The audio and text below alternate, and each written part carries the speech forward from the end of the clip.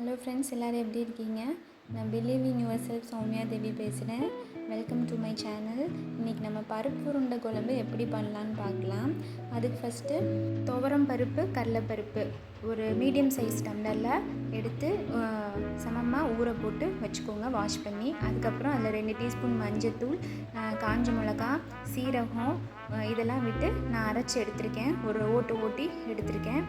இந்த பதத்தில் அரைச்சிக்கோங்க.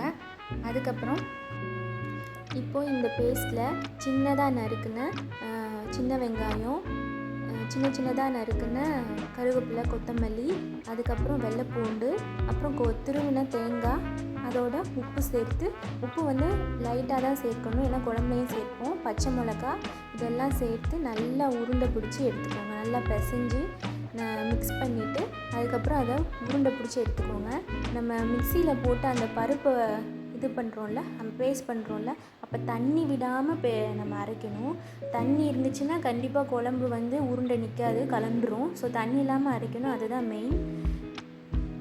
இப்போ வாங்க உருண்டை குழம்பு ரெடி பண்ணலாம். கடாயை நல்லா ஹீட் பண்ணிவிட்டு அதில் நல்லெண்ணெய் விட்டு பெருஞ்சீரகம், கருவேப்பிலை, நம்ம கொஞ்சம் வச்சுருந்த அந்த வெங்காயம், வெள்ளைப்பூடு பொடிசாக நறுக்குனது இதெல்லாம் ஆட் பண்ணி நல்லா வந்து வதக்கிக்கோங்க. இப்போ ஒரு பெரிய சைஸ் தக்காளியும் சின்னதாக நறுக்கி அதோடு நல்லா போட்டு வதக்கிக்கோங்க. இப்போ அது வதங்கிறதுக்காக நான் லைட்டாக உப்பு ஆட் பண்ணியிருக்கேன். இது நல்லா வதங்கினதுக்கப்புறம் நம்ம இதோட புளி கரைசல் தண்ணியை நம்ம இதோட ஆட் பண்ணிக்க போகிறோம்.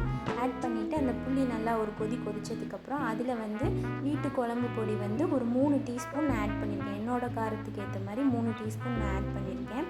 இப்போ வந்து அது நல்லா எண்ணெய் விட்டு திரிஞ்சதுக்கப்புறம் 2 கப் தண்ணி நல்லா ஆட் பண்ணி உருட்டி வச்ச ஒரு உருண்டையை மட்டும் எடுத்து இந்த குழம்போடு ஊற்று விட்டுருக்கேன். இப்போ மூடி கொதிச்சு நல்லா குழம்பு கொதிச்சதுக்கப்புறம் சிம்மில் வச்சுட்டு இப்போ ஒவ்வொரு உருண்டையாக ஆட் பண்ணுறேன். ஹை ஃப்ளேமில் வச்சு ஆட் பண்ணாதீங்க, உருண்டை கலண்டுரும். ஸோ சிம்மில் வச்சு ஆட் பண்ணுங்கள். கொஞ்ச நேரம் மூடி போட்டு சிம்லேயே வச்சுருந்துட்டு நல்லா கொதிச்சிடும். உருண்டை வந்து கலராமல் ரெடியாக இருக்கும். இப்போ உருண்டை நல்லா கொதிச்சு வந்துருச்சு. இப்போ தேவையான அளவு உப்பு சேர்த்து நல்லா பிரட்டி விட்டு மூடி வச்சுருங்க. நல்லா கொதிக்கட்டும். உப்பு நல்லா சார்ந்துடும் குழம்புல.